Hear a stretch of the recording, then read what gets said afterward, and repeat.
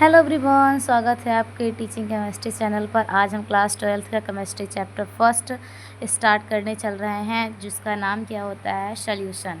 Solution किसे कहते हैं उसके बारे में हम पढ़ेंगे। सॉल्यूशन किसे कहते हैं, ठीक है। मैंने ऊपर लिख भी दिया है क्लास 12th केमिस्ट्री सॉल्यूशन, ठीक है। अब सॉल्यूशन को समझने के लिए हमें सॉल्यूशन क्या होता है, उसके कंसंट्रेशन जो टर्म होते हैं उनके बारे में पढ़ेंगे।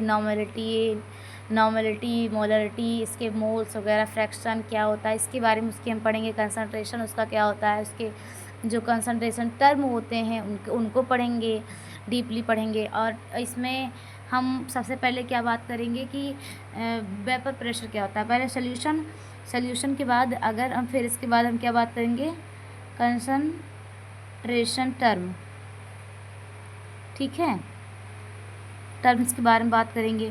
फिर इसके बाद है मेरा वेपर प्रेशर क्या होता है। वेपर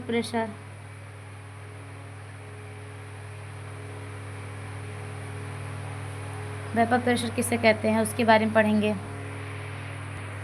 उसको पढ़ेंगे।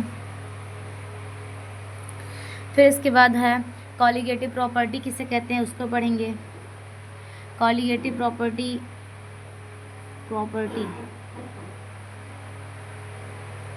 कॉलिगेटिव प्रॉपर्टीज़ किसे कहते हैं उसके बारे में हम अच्छे से पढ़ेंगे। कॉलिगेटिव प्रॉपर्टी हम बात ये समझें कि नंबर ऑफ सॉल्यूट के पार्टिकल्स किस पर डिपेंड करते हैं। वो सॉल्यूट पर डिपेंड करते हैं कि सॉल्यूशन पर डिपेंड करते हैं, इसके ऊपर इसको हम पढ़ेंगे डीपली। मतलब जो नंबर ऑफ जो कॉलिगेटिव प्रॉपर्टी होती है नंबर ऑफ सॉल्यूट, ठीक है, कि जो पार्टिकल्स होते हैं वो किस पर वो डिपेंड करते हैं, ठीक है, वो किस पर डिपेंड करते हैं इसके बारे में पढ़ेंगे। फिर 4 कॉलिगेटिव प्रॉपर्टीज़ होती हैं, 4 कॉलिगेटिव प्रॉपर्टीज़ होती हैं।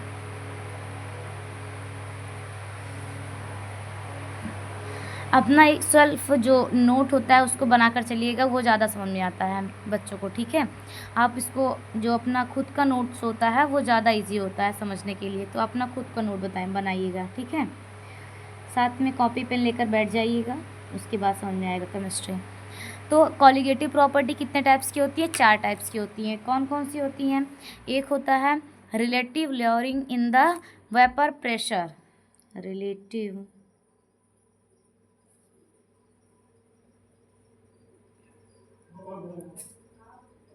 फिर सेकंड मेरा होता है कि सेकंड मेरा पॉइंट क्या होता है, relative layering in the vapour pressure, ये हो गया।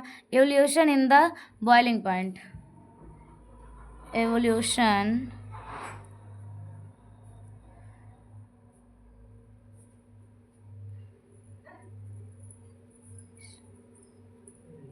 इन evolution of the in the boiling point किसे कहते हैं, उसके जो बॉइलिंग पॉइंट होते हैं उसको हम समझेंगे, ठीक है। ये सब कॉलिगेटिव प्रॉपर्टीज़ होती हैं, ठीक है। फिर इसके बाद तीसरा है मेरा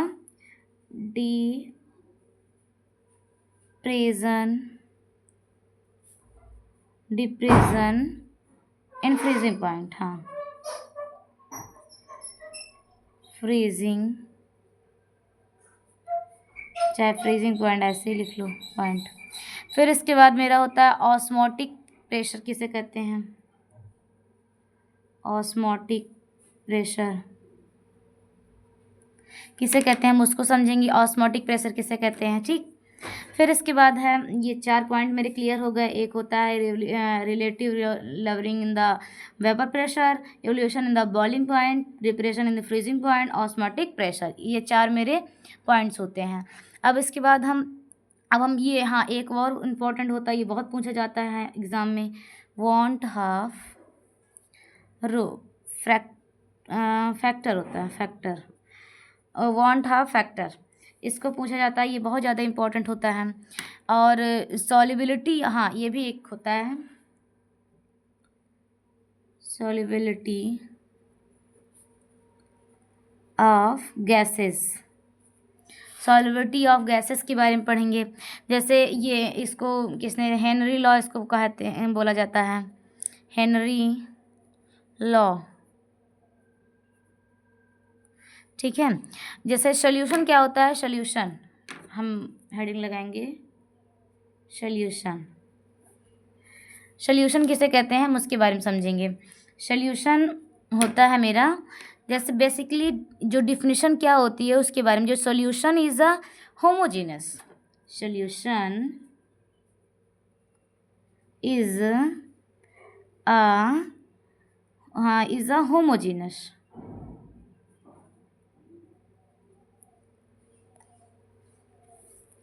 सॉल्यूशन क्या होता है, एक होमोजीनस होता है। Solution is a homogeneous, homogeneous mixture होता है, homogeneous mixture, solution is a homogeneous mixture. That means कि इसकी जो प्रॉपर्टी होती है वो यूनिफॉर्म होती है। प्रॉपर्टी कैसी होती है, यूनिफॉर्म होती है। अगर हम एक जैसे फ्लास्क की बात करें कि एक जो हम फ्लास्क लें तो उसका उसमें जो मेरा सॉल्यूशन है, वो जो सॉल्यूट है वो हर टर्म पर, हर जितने भी जगह हैं, एक यहाँ जितने हैं सबके, जितनी उसकी स्पेस है, हर जगह पर उसके जो सॉल्यूट होते हैं वो यूनिफॉर्म हो। वो कैसे हो, यूनिफॉर्म हो, मतलब वो समान हर जगह पर, कहीं पर कम ज़्यादा ऐसा ना हो, जहाँ हर जगह पर वो समान हो, मतलब हर जगह पर वो यूनिफॉर्म हो, उसको हम यूनिफॉर्म। अब सोल्यूशन में मेन पॉइंट यही होता है कि solution is a homogeneous mixture, ठीक है। दैट मीन्स कि this is a uniform, this is uniform, ठीक है, ये समान। विच इज लॉस आगे है, विच, ये डिफिनीशन बहुत इजी है। Which is lost their individual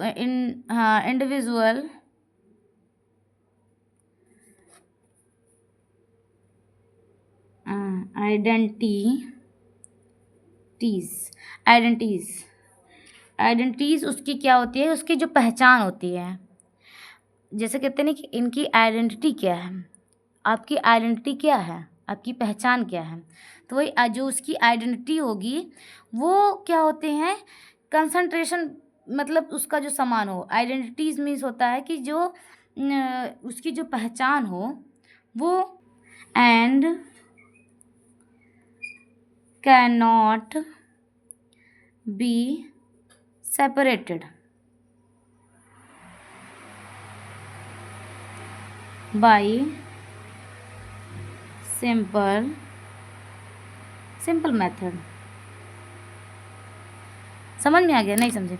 देखो जो मैंने लिखा है, solution is a homogeneous mixture. Solution कैसा होता है, एक होमोजीनस मिक्सचर होता है, और इसमें है which is the loss their the individual identities, ये अपनी जो आइडेंटिटी होती है वो खो देता है। इंडिविजुअल जो अपनी रियल जो पहचान होती है वो खो देता है, लॉस कर देता है। And can not be the separated, अब हम इसको क्या कर सकते हैं, इसको सेपरेट नहीं कर सकते, इसको हम अलग नहीं कर सकते हैं। सिंपल मेथड, इसको हम सिंपल मेथड के थ्रू इसको जो कंपाउंड मेरा बना है वो कॉम्प्लेक्स हो गया है, तो उस जब कॉम्प्लेक्स है तो उसको हम इजी फॉर्म में नहीं कर सकते, सिंपल मेथड से उसको इजी फॉर्म में नहीं कर सकते, तो उसको हम सॉल्यूशन कहते हैं। Solution is a homogeneous mixture which is the loss there the individual identities and the cannot be separated simple method। Okay, हम इसको सिंपल मेथड, जैसे चीनी, हम फॉर एग्जांपल अगर समझे जैसे चीनी और पानी है, लोग बहुत नॉर्मलिटी, मतलब बहुत आसानी से इसको बच्चे समझ जाते हैं कि चीनी और पानी है। चीनी और पानी है तो उसको तो हम क्या कर सकते हैं, अब उसको घोलने के बाद उसको अलग करना, this is very complex solution, very complex solution होता है, उसको हम आसानी से नहीं अलग कर सकते हैं। और जितने मैंने उसको जिसमें घोला है वो हर जगह पर, हर पार्टिकल्स उसके इक्वल हो चुके हैं, यूनिफॉर्म हो चुके हैं। वो सोल्यूट और सॉल्यूशन दोनों एक दूसरे, जो सॉल्वेंट है और जो सोल्यूट है, दोनों एक दूसरे में घुल गए हैं, और घुलने के बाद एक सॉल्यूशन फॉर्म रेडी करते हैं। ओके, आगे चल रहे हैं। अब इसमें कंसंट्रेशन भी समान होता है। कंसंट्रेशन भी समान होने का मीन्स ये होता है कि इसके जो कंसंट्रेशन टर्म होते हैं, जैसे मोलरिटी, नॉमरिटी, मोल्स क्या होते हैं, ये सब क्या होते हैं, इक्वल होते हैं। For example binary solution binary solution, अगर दो सोल्यूशन है तो वो क्या बनाएगा, दो कंपाउंड बनाएगा।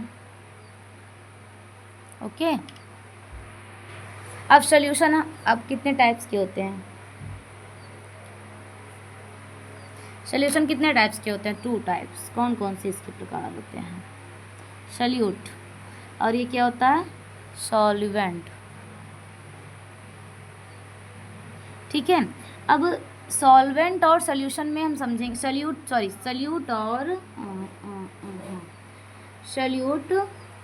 और सॉल्वेंट की बात हम समझेंगे कि सोल्यूशन में अगर चीनी और पानी का घोल बन गया है भाई, अगर उसको हम उसमें समझेंगे सोल्यूट क्या है और सोल्यूशन क्या है, तो उसको समझने के लिए एक हमको समझना पड़ेगा कि कौन ज़्यादा मात्रा में है, कौन कम मात्रा में है। ठीक है, जैसे जब अगर दो व्यक्ति की लड़ाई हो रही है, लड़ाई होने के बाद कोई बड़ा रिस्पॉन्स निकलता है, तो ये पता चलता है कि किसको ज़्यादा मार पड़ी है, मतलब दोनों एक दूसरे को मारे हैं तभी लड़ाई हुई है, तभी लड़ाई होती है ना। सेम वैसे प्रोसेस होती है, अगर मम्मी चॉकलेट के लिए मना करी है, चॉकलेट के लिए कहाँ मना करती हैं। दूसरा, इसमें क्या होता है कि स्मॉलर फॉर्म में, सल्यूट क्या होता है, सल्यूट बेटा स्मॉलर फॉर्म में होता है हमेशा, जो सल्यूट होता है वो स्मॉलर फॉर्म में होता है, स्मॉलर अमाउंट में होता है। ठीक, और जो सॉल्वेंट होता है वो लार्ज अमाउंट में होता है, किस में होता है, लार्जर अमाउंट। ये ज़्यादा मात्रा में होता है और ये कम होता है। सल्यूट मतलब चीनी, सॉल्वेंट मतलब पानी। कभी कभी ऐसा भी क्वेश्चन आ जाता है कि सॉल्वेंट और सल्यूट दोनों चेंज कर देते हैं, तो क्वेश्चन आता है, इसमें बहुत ज़्यादा इंपॉर्टेंट होता है ये सब। ये 20% अगर मान लो एथेनॉल है, 20% एथेनॉल सॉल्यूशन है, 20% अगर एथेनॉल का सॉल्यूशन है, तो हमें पता चलना चाहिए कि 20% समझो एथेनॉल है,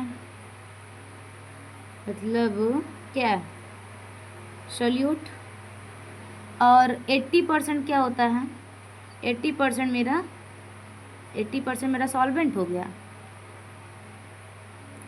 सॉल्वेंट मतलब वाटर सॉल्वेंट। ठीक, सॉल्वेंट। फिर इसके बाद है, ये क्या होता है कि इसमें जो सॉल्वेंट है, सॉल्वेंट यही है।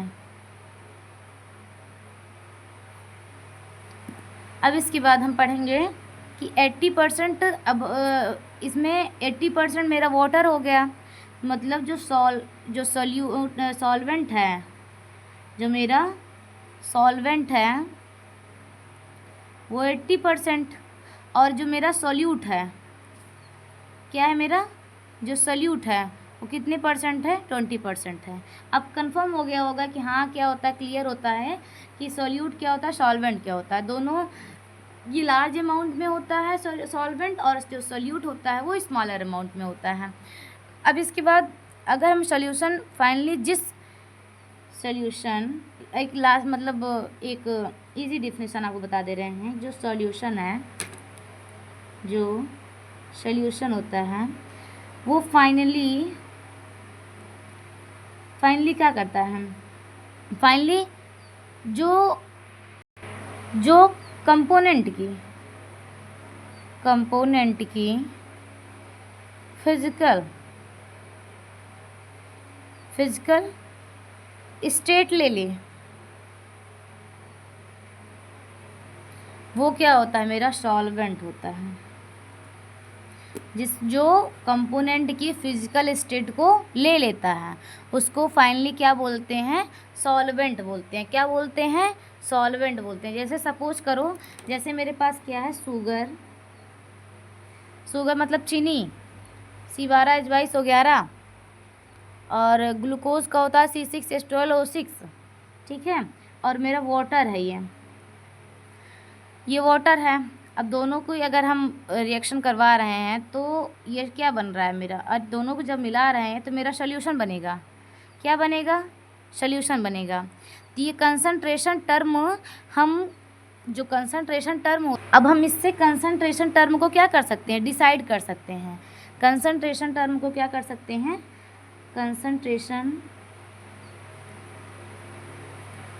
टर्म से हम इसको डिसाइड कर सकते हैं।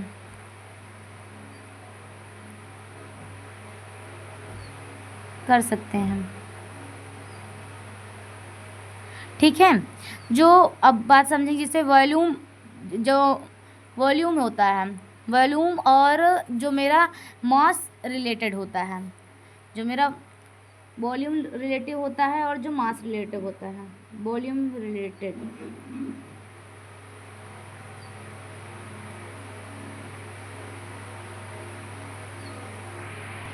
जो मेरा वॉल्यूम रिलेटिव होता है, इसमें क्या होता है, अरे भाई जब वो टेम्परेचर, वॉल्यूम कैसे रिलेटेड उससे होगा, जब उसको हीट किया जाएगा, जब उसको टेम्परेचर उसको दिया जाएगा तो वॉल्यूम वो क्या होगा, इंक्रीज़ होगा।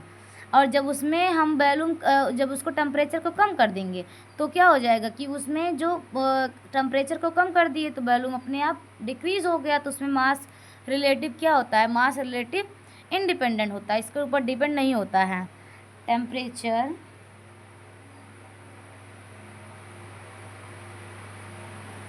डिपेंडेंट होता है, दैट मीन्स ये टेम्परेचर पर डिपेंड करता है। अरे भाई जब उसको हीट किए तो वॉल्यूम अपने आप इंक्रीज़ हुआ, डिपेंड तो उसी के ऊपर हुआ ना, उस सॉल्यूशन के ऊपर। अगर मास रिलेटिव क्या होता है, ये इंडिपेंडेंट होता है। टेम्परेचर मेरा मास रिलेटिव होता है वो इंडिपेंडेंट होता है, ठीक है। और इसमें जो इसका percentage by the mass, the weight उसका जो होता है, जो उसका जो वेट होता है वो मोल्स फ्रैक्शन पर डिपेंड करता है। इधर लिख लेते हैं पहले, इसका जो परसेंटेज होता है, परसेंटेज बाई वॉल्यूम, ये सब डिपेंड करते हैं, ठीक है। वॉल्यूम ये परसेंटेज पर डिपेंड करते हैं। फिर इसके बाद है मेरा weight, weight percent by the volume, volume dependent होता है, ठीक है। और इसके बाद ये सब टेम्परेचर पर डिपेंड करते हैं, ये भी डिपेंड करता है, वॉल्यूम भी डिपेंड करता है, टेम्परेचर भी डिपेंड करता है, इसका वेट भी डिपेंड करता है, ठीक है। नॉर्मेलिटी भी डिपेंड करती है, नॉर्मेलिटी डिपेंड, ये क्या होता है, जो नॉर्मेलिटी होती है पर ये क्या होता है कि मोलरिटी, सब डिपेंड करते हैं, पर डिपेंड करते हैं।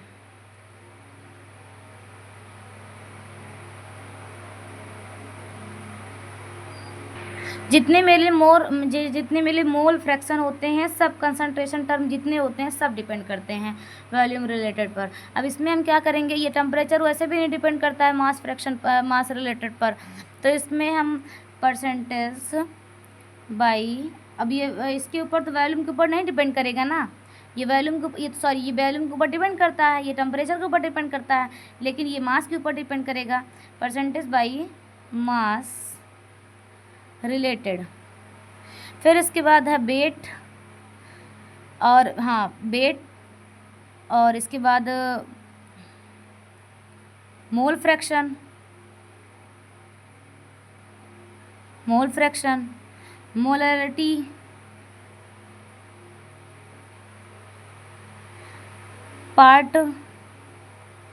पार्ट्स पर मिलियन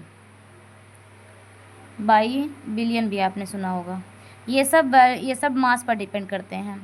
किस पर डिपेंड करते हैं, मास पर डिपेंड करते हैं। आपको इतनी बात समझ में आई। टेम्परेचर क्या होते हैं, टेम्परेचर पर डिपेंडेंट होते हैं, ये इंडिपेंडेंट होते हैं, ये डिपेंड नहीं करते हैं। ये परसेंटेज वॉल्यूम पर डिपेंड करता है उसका, ये नॉर्मेलिटी भी वॉल्यूम पर डिपेंड करती है, ये मोल फ्रैक्शन जितने होते हैं इस पर डिपेंड करते हैं, इसमें जो मेरा वेट होता है वो भी डिपेंड करता है, और पार्ट्स, जो मेरे पार्ट्स पर द मिलियन बिलियन ये होते हैं, ये आपके किस पर डिपेंड करते हैं, मास रिलेटेड पर डिपेंड करते हैं। अब हम नेक्स्ट आगे बढ़ेंगे, ठीक है। Thank you. वीडियो लगी हो तो लाइक कीजिएगा, शेयर कीजिएगा। Thank you. कोई अगर डाउट हो तो कमेंट सेक्शन में आप डाउट को मेरे क्लियर कर सकते हैं। ज़्यादा से ज़्यादा इसको शेयर कीजिएगा। Thank you.